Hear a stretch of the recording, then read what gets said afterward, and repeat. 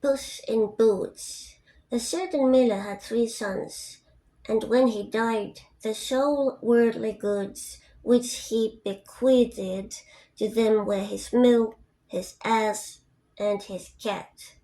This little legacy was very quickly divided up, and you may be quite sure that neither notary nor attorney were called in to help, for they would speedily have grabbed it all for themselves.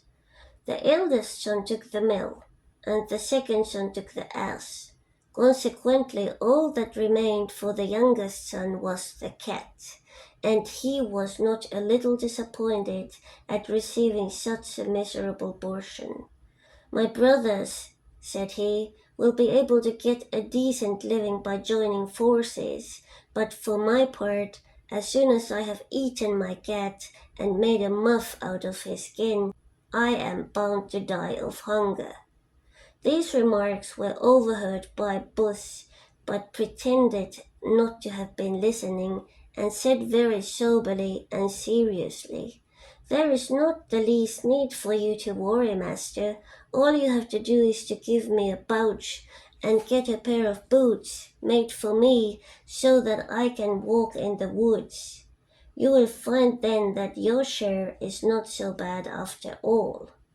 Now this cat had often shown himself capable of performing cunning tricks.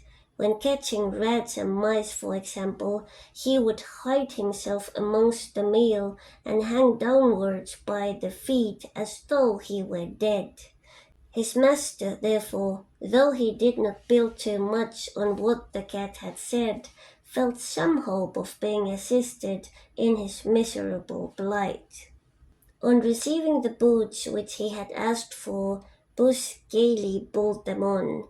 Then he hung the pouch round his neck, and holding the cords which tied it in front of him with his paws, he sallied forth to a warren where rabbits abounded. Placing some bran and lettuce in the pouch, he stretched himself out and lay as if dead. His plan was to wait until some young rabbit, unlearned in worldly wisdom, should come and rummage in the pouch for the eatables which he had placed there. Hardly had he laid himself down when things fell out as he wished. A stupid young rabbit went into the pouch, and Master Puss, pulling the cords tight, killed him on the instant. Well satisfied with his capture, Puss departed to the king's palace. There he demanded an audience and was ushered upstairs. He entered the royal apartment and bowed profoundly to the king. "I bring you, sire," said he, "a rabbit from the warren of Marquis of Carabas." Such was the title he invented for his master, which I am bidden to present to you on his behalf. "Tell your master," replied the king, "that I thank him, and am pleased by his attention." Another time the cat hid himself in a wheat field, keeping the mouth of his bag wide open. 2 partridges ventured in, and by pulling the cords tight he captured both of them. Off he went and presented them to the king, just as he had done with the rabbit from the warren. His Majesty was not less gratified by the praise of partridges and handed the cat a present for himself. For 2 or 3 months Puss went on in this way, every now and again taking to the king as a present from his master some game which he had caught. There came a day when he learned that the king intended to take his daughter, who was the most beautiful princess in the world, for an excursion along the river bank. "If you will do as I tell you," said Puss to his master, "your fortune is made. You have only to go and bathe in the river at the spot which I shall point out to you. Leave the rest to me." The Marquis of Carabas had no idea what plan was afoot, but did as the cat had directed. While he was bathing, the king drew near, and Puss at once began to cry out at the top of his voice, "Help! Help! The Marquis of Carabas is drowning!" At these shouts, the king put his head out of the carriage window. He recognized the cat who had so often brought him game, and bade his escort go speedily to the help of the Marquis of Carabas.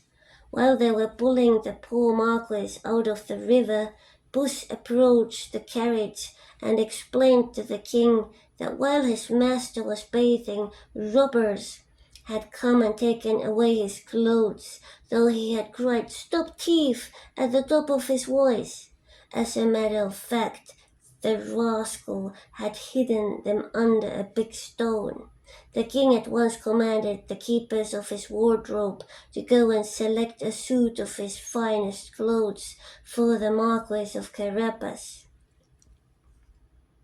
The king received the Marquis with many compliments, and as the fine clothes which the latter had just put on set his good looks, for he was handsome and comely in appearance, the king's daughter found him very much to her liking.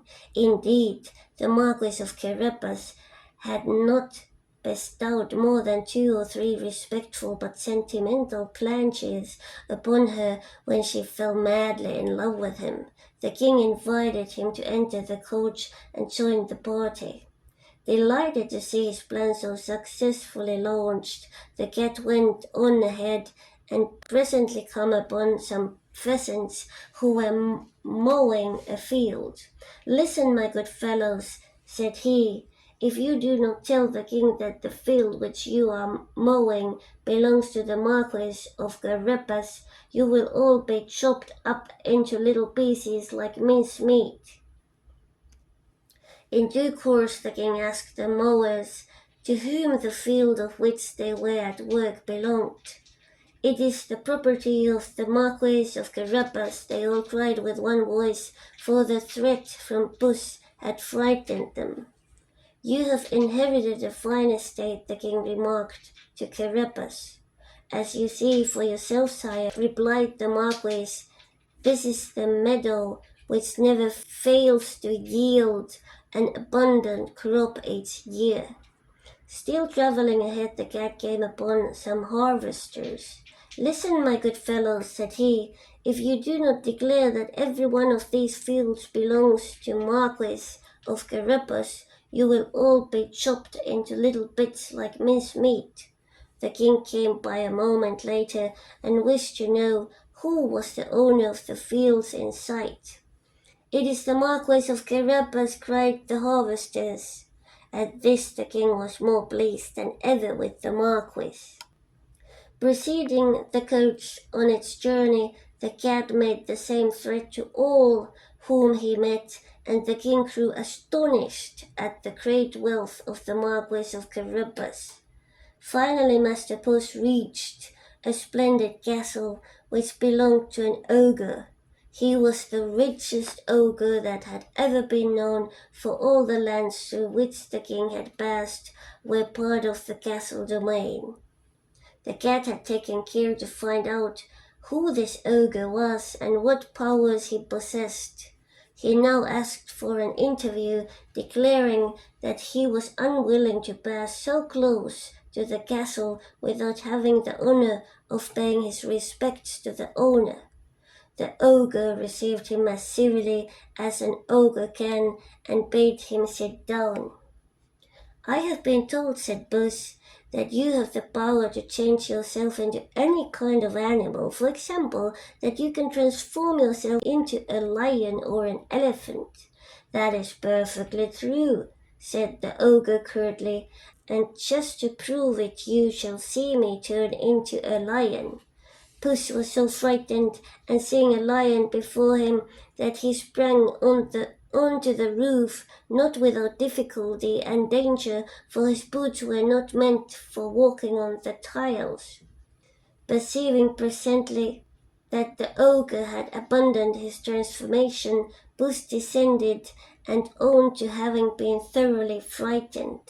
I have also been told, he added, but I can scarcely believe it, that you have the further power to take the shape of the smallest animals, for example, that you can change yourself into a rat or a mouse. I confess that to me it seems quite impossible. Impossible, cried the ogre, you shall see. And in the same moment he changed himself into a mouse, which began to run about the floor. No sooner did Puss see it than he pounced on it and ate it. Presently the king came along, and noticing the ogre's beautiful mansion, desired to visit it. The cat heard the rumble of the coach as it crossed the castle drawbridge, and running out to the courtyard, cried to the king, "Welcome, your majesty, to the castle of the Marquis of Carabas." "What's that?" cried the king. "Is this castle also yours, Marquis?" "Nothing could be finer than this courtyard and the buildings which I see all about. With your permission, we will go inside and look around." The Marquis gave his hand to the young princess and followed the king as he led the way up the staircase. Entering the great hall, they found there a magnificent collation. This had been prepared by the ogre for some friends who were to pay him a visit that very day. The latter had not dared to enter when they learned that the king was there. The king was now quite as charmed with the excellent qualities of the Marquis of Carabas as his daughter. The latter was completely captivated by him. Noting the great wealth of which the Marquis was evidently possessed, and having quaffed several cups of wine, he turned to his host, saying, "It rests with you, Marquis, whether you will be my son-in-law." The Marquis, bowing very low, accepted the honor which the king bestowed upon him the very same day he married the princess. Puss became a personage of great importance and gave up hunting mice except for amusement.